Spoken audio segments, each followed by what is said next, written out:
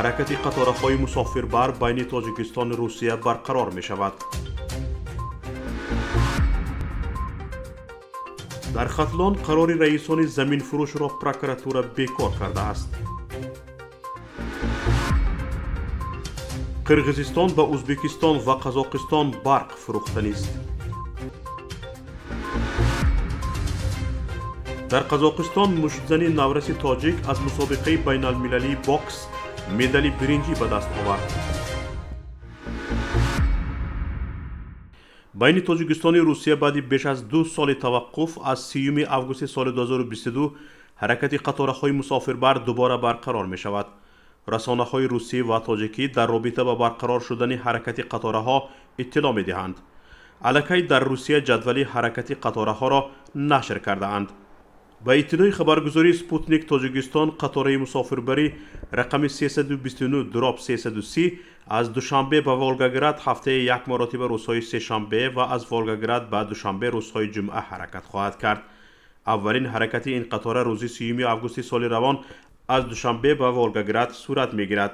همچنین از خوجند نیز به ولگاگراد و برعکس هر هفته یک مرتبه صورت خواهد گرفت. این قطار از خوجند روزهای چهارشنبه و از ولگاگراد روزهای شنبه به سفر میبراید. نخستین حرکت قطار از خوجند به ولگاگراد روز 7 سپتامبر سال روان توسط قطار مسافربری رقم 359 دراب 360 صورت میگیرد. رسانه‌های روسی با تکیه به شرکت راه آهن روسیه خبر میدهند که در آینده نزدیک فروش چیپته‌ها آغاز می شود.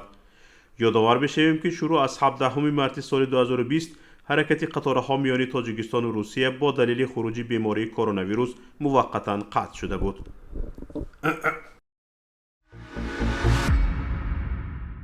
از جانب کارمندان پروکراتوری ولایت ختلان دوام 6 ماه سال روان نسبت 166 قرار رئیسان شهر و ناحیه‌های ولایت اعتراض آورده شده، از آنها 84 عددش بیکار شده، 75 قرار دیگر به قانون مطابقت کرده شدند.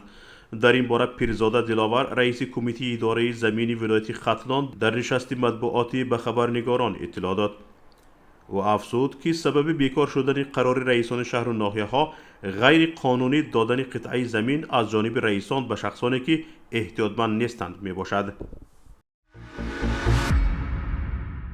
قرغیزستان در چهارچوب قراردادهای امضا شده با قزاقستان و ازبکستان نیروی برقی را که از این کشورها در فصل سرما گرفته بود برمیگرداند.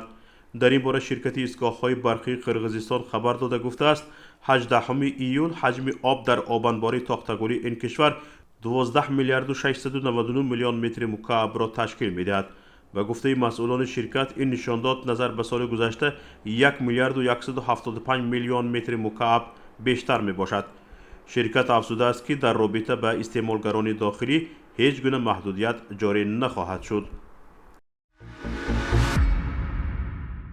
در شهر کاستانه قزاقستان مسابقه بین المللی باکس میان نورسان دایر گردید. کمیته ملی المپی تاجیکستان خبر می‌دهد که از میان 7 ورزشکار تاجیک انوشیروان اقنظروف در این مسابقه صاحب مدال برنجی گردیده است. او در 2 رقابت بر مشتزنان میزبان غالب آمده در دور نیم فینال از مشتزن ازبکستانی مغلوب شده است. در این مسابقه بیش از 100 ورزشکار از تاجیکستان، قزاقستان، پاکستان، لهستان، قرغیزستان، ازبکستان و عراق قوه آزمایی نمودند. این بود شرح خبرها تا آینده. ما را پیگیری کنید.